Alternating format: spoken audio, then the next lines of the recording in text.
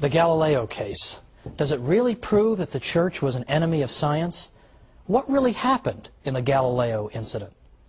Let's look at it today on the Catholic Church, Builder of Civilization.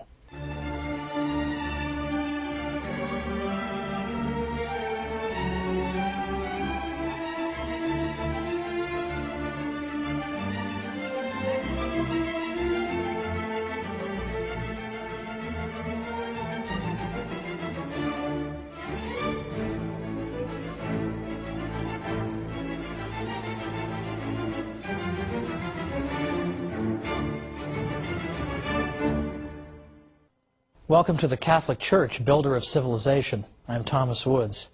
Today we're taking on the difficult question of Galileo, because for the past couple of episodes I've been trying to explain that modern scholars reject the old idea that the Catholic Church was nothing but an opponent of the sciences.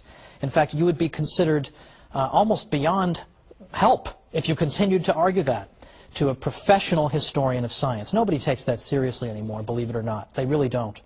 However, the Galileo case still occupies such a prominent place in the popular mind that it's, I think, perhaps the greatest obstacle in our paths to trying to persuade people that, in fact, the Church has not consistently been an opponent of the sciences or any such thing. So I think it's important to go into this Galileo case in a little more detail than we usually get. And I will say up front, as I said last time, that I'm not here to suggest that every course of action pursued by important churchmen, and even in this case a pope, was wise or prudent.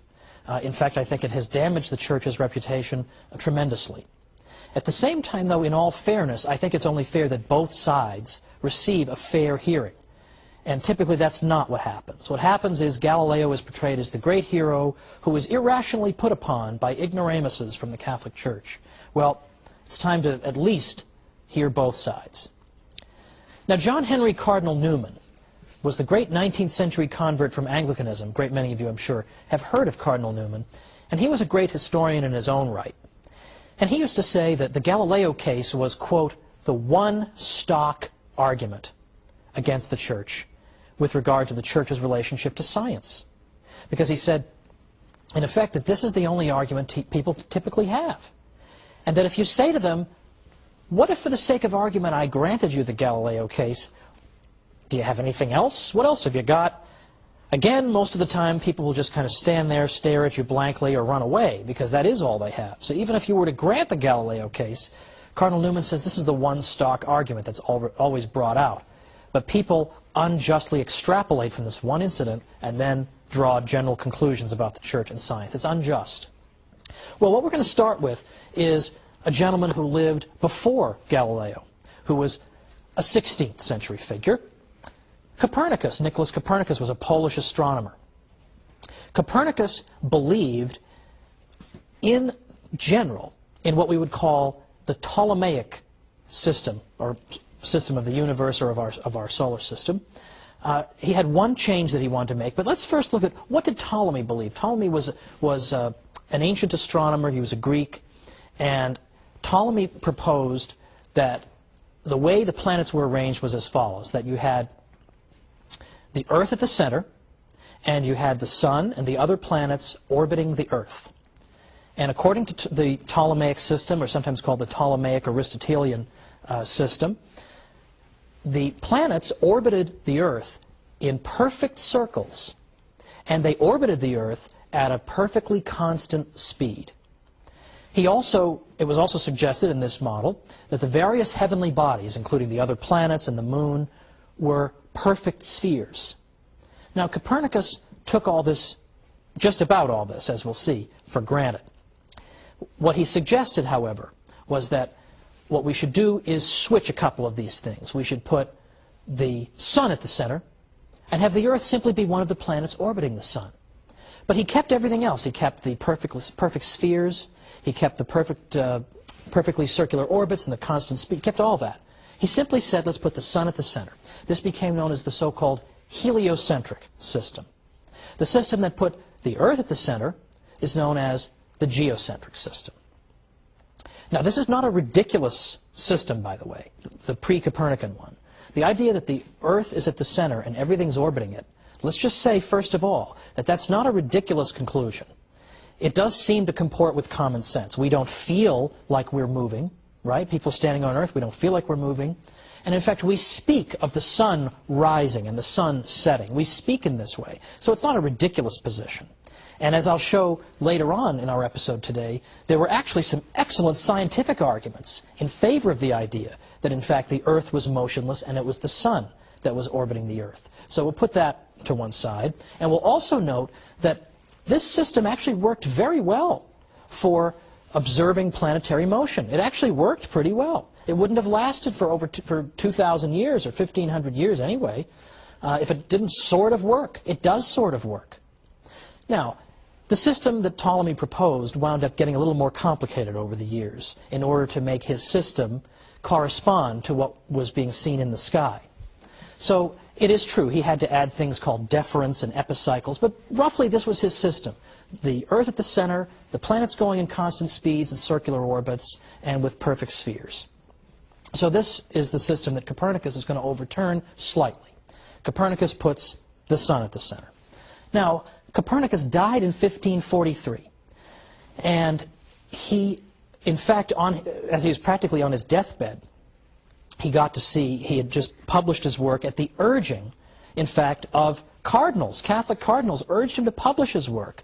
And he dedicated his famous book to Pope Paul III when it was published in 1543. He was afraid primarily of ridicule not by theologians, but by astronomers who had very good arguments against the idea that the Earth was in motion. As I say, we'll get to those later. But the Copernican system shared much in common with Ptolemy. It just switched the Earth and the sun. But it was subject to no formal Catholic censure until the Galileo case in the next century. His system, his so-called heliocentric system, was taught as a legitimate theory at Jesuit universities throughout the 16th century. Nobody got in trouble for this, and so on and so forth. It was just fine. It was treated as a theory. Now, in the 17th century, early 17th century, Galileo comes along. Now, Galileo is responsible for discoveries in physics and other areas, but we're focusing on what he saw in his telescope. Because although he didn't invent the telescope, he put it to important use. Because when Galileo looked in that telescope, he was able to see things that undermined aspects of Ptolemy's system.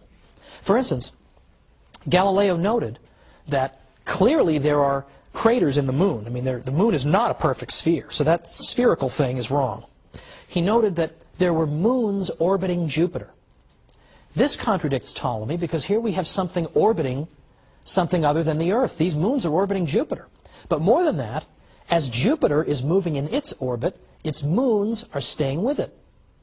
One of the arguments against the idea that the Earth could be moving was that if the Earth moved, it would leave the moon behind. But here's Jupiter moving, and its moons are orbiting with it. And he observed other things through his telescope as well. These things could not be reconciled with the model of Ptolemy, in which everything orbits the Earth, and so on and so forth. Now, Galileo and his work were in fact welcomed and celebrated by prominent churchmen. For instance, in late 1610, Father Christopher Clavius wrote to tell Galileo that his fellow Jesuit astronomers had confirmed the discoveries that Galileo had made through his telescope. Galileo was greeted with enthusiasm in Rome in 1611. There was a day of lectures given in his honor.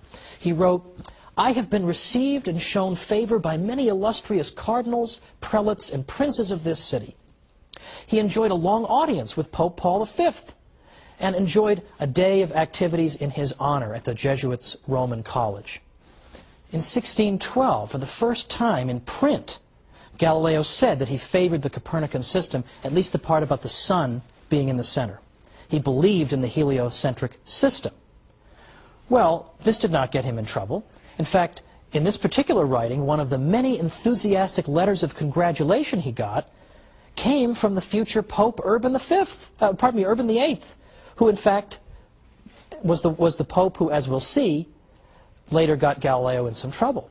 But in 1612, there was no trouble at all with what Galileo said, and yet it's the same thing. So what's going on here? Well, again, the Church is arguing that the Copernican model is okay as a theoretical model, but it hasn't yet been proven to be the literal truth. Galileo is the literal truth. He believed that the sun really was in the center. It wasn't just an elegant model. The sun really belonged in the center. That really was it. The earth really was moving. But as I say, he couldn't really prove this.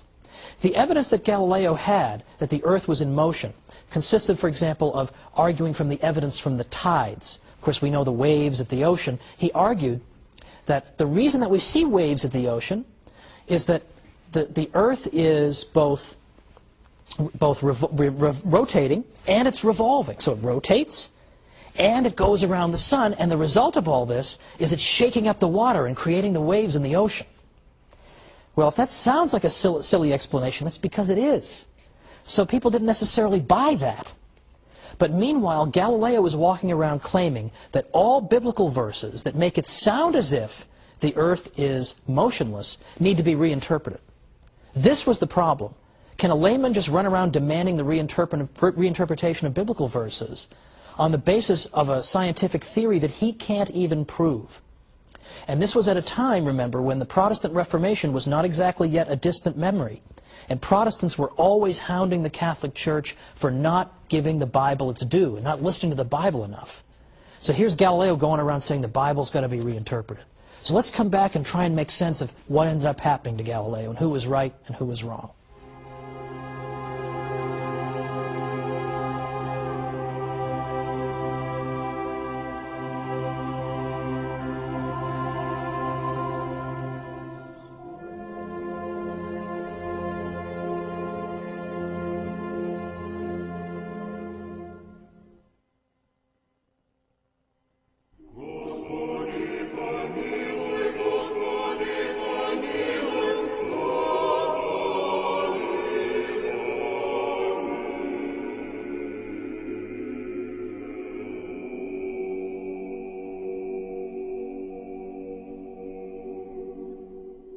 Welcome back to the Catholic Church, Builder of Civilization. I'm Thomas Woods.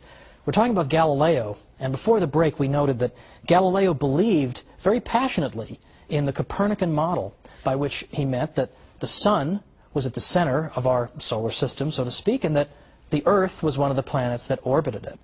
But as I also suggested, he did not have ironclad proof of that by any means. And if you talk to any historian of science who knows anything about the 17th century, he will tell you that the geocentrists, those who disagreed with Galileo and put the Earth at the center, still had a very good and reasonable scientific argument. And I want to amplify that point and just show that it wasn't a question of complete morons irrationally opposing Galileo, and Galileo being a wonderful genius who has to tolerate all these stupid ignoramuses. To the contrary, they had extremely good arguments that he could not answer. The main argument involved something called stellar parallax. Now that sounds very complicated, but you'll be amazed at how simple it is. Let's first just look at that word parallax. This is a phenomenon that we're all familiar with. We see it every day. Parallax shift works as follows. Let's suppose, for lack of a better prop, that this candle is my mother, and I'm on a merry-go-round as a child, and I'm looking at my mother watch me go around the merry-go-round. And let's suppose that over in the distance there's a tree over here. But let's say that over here there's a hot dog stand. So here I am, I'm going on the merry-go-round, and I'm looking at Mom, and I'm waving, and when I get to this part of the merry-go-round and I look at her, I see her against the tree. But when I get to this part and I look at her from this angle, I see her against the merry-go-round. Well, I don't say to my mother, hey, how come you're shifting around while I'm on the merry-go-round? I just know that in each case it's because I'm looking at her from a different angle. When I look at her from this angle, I see her against the tree. When I look at her from this angle, I see her against the hot dog stand. This is called a parallax shift. It's why if you look at a close-up object against a background, and you look at it with one eye, and then you look at it with the other eye, it seems to shift against the background. It's not because the object is actually moving, it's that you're looking at that object from a slightly different angle when you look at it from either of your eyes. Now, stellar parallax simply means a parallax shift that involves stars. And here, I'm going to refer you now to this diagram. What we see here in the diagram, you'll see on the left-hand side there are two human eyes. A little disturbing, but just work with me here. Look at the top eye in the upper left-hand corner. When that eye is looking at the object in the middle is that yellow star. From that angle, it sees the yellow star against the blue background. at the lower right of the diagram. Now let's look at the bottom eye. In the lower left corner, we see the bottom human eye. When it looks up at the object, it sees it against the red background. So the apparent shifting of that object is the parallax shift. Now let's look at our second diagram. This one is portraying outer space. And here, instead of two human eyes, we have two solid circles. The top solid circle is the Earth on, let's say, January 1st. The bottom one is 6 months later, when the Earth has gone halfway around the Sun. Now, what's going on here? Well, notice that, again, we have a closer up object and some farther away objects. In the case of my merry-go-round example, my mother was the close-up object, and the tree and the hot dog stand were farther away. Here, we have a closer-up star, and then we have stars that are farther away. Now, on January 1st, when we look at that close-up star, we see it against the background of other stars more in the distance.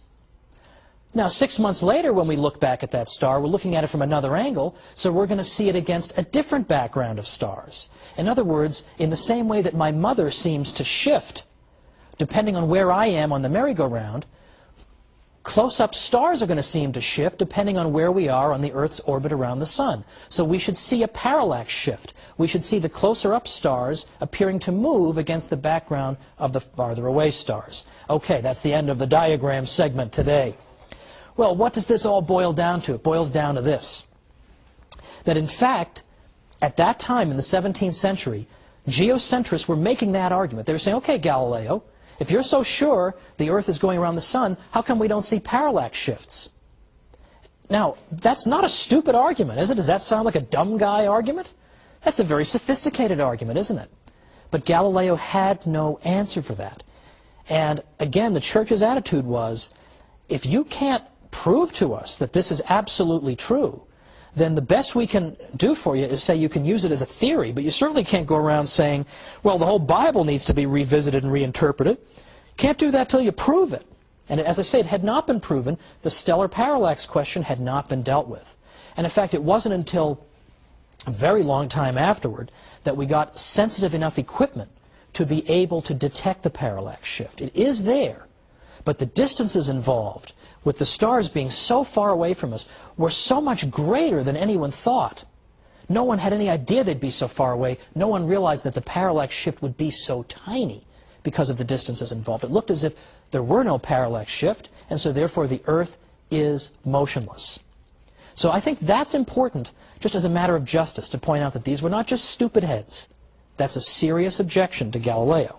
Now, Galileo refuses the compromise that's offered to him, whereby you can teach this as a theory, but at this point, it has not been proven. And again, the Church, as I said, is sensitive to Protestant charges that Catholics aren't paying proper regard to the Bible, so you have all these factors at work.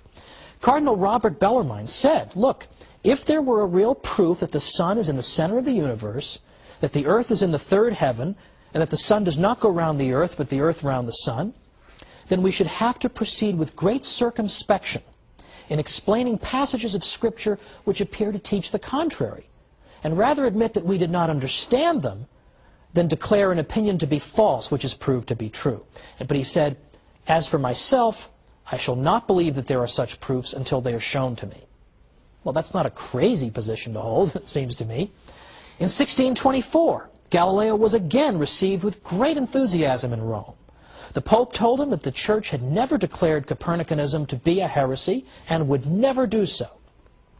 And the Pope decided to hang on to this idea that Galileo could continue to teach what he wanted to teach as long as it was in the realm of theory, until such time, if ever, it should become established firmly as fact.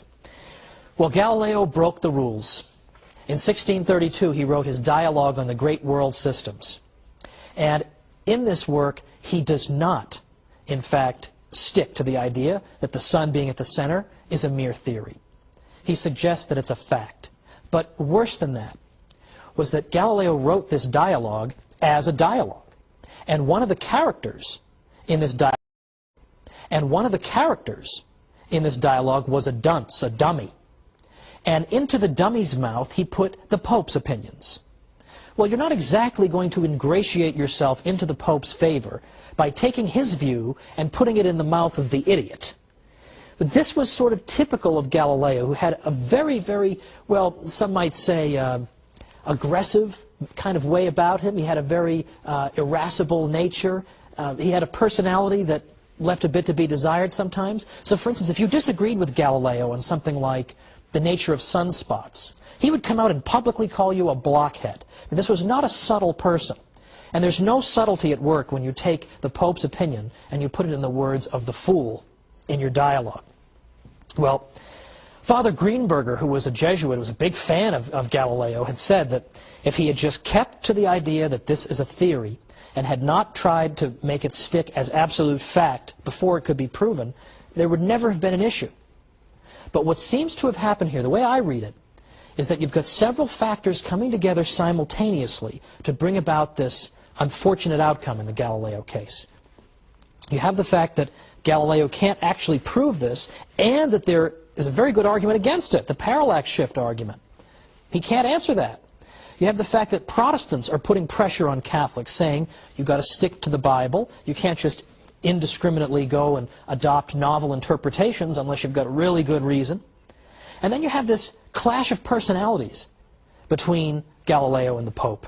And that's a big problem as well. It's the way human nature is. Because as we've seen, this Pope, Urban VIII, had previously praised Galileo, had had no problem with Galileo publishing the Copernican theory, and even assured him that the Church would never condemn this theory. So it can't just be that the Church refuses to allow evidence or refuses to allow science. This was all allowed.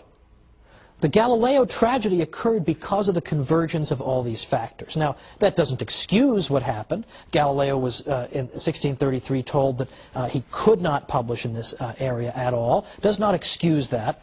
But on the other hand, it helps us to understand it a little bit better, and that's important too. Now, a good many scholars have begun to argue that people at the time, at least some of them, understood that the sentence against Galileo was intended in large part personally against him. Because, for example, Father Boscovich, whom we talked about last time, the father of atomic theory, openly used the idea of a moving earth in his work, and he never got in trouble, was never hauled before any church tribunal. So, as I say, a great many people have said that it was aimed personally at Galileo. Now, having said all this, as I say, my purpose here is not to say that there was no wrong done or that this episode is something to celebrate. But at the same time, I think we can understand that what actually happened here was the fruit not of any mythical Catholic hostility to science, but merely the unfortunate convergence of a variety of factors occurring at the same time. Because what we've seen in these past few episodes is that the Church's achievements when it comes to science are legion and are substantial. And that we've seen that more and more professionals who actually do this for a living, who study the history of science for a living, are saying that Galileo case or no Galileo case, the Church helped to make the scientific revolution possible. And it helped make it possible not simply because a great many Catholic priests engaged in important scientific discoveries, or wrote important scientific works, or composed great scientific encyclopedias, all of which the Jesuits did. It's not simply that. It's that the Church provided the framework in which science was possible. It made us believe that the universe could be understood by our minds and encouraged us to engage in this type of undertaking. And finally, even beyond that, the Church encouraged, yes, believe it or not, the free interchange of ideas. It encouraged a culture of debate and discussion. That was the culture that was fostered in the university system of the Middle Ages. And that's what we're going to look at next time. In the universities, we see the Western tradition of rigorous, rational debate, back and forth to discover the truth, taking root. And who was the great patron of that university system? The Catholic Church. So, I look forward once again to being with you and talking once again about another unfortunately unheralded aspect of our Western civilization, the Church's fostering of the university system, which gives us our great civilization. Thank you.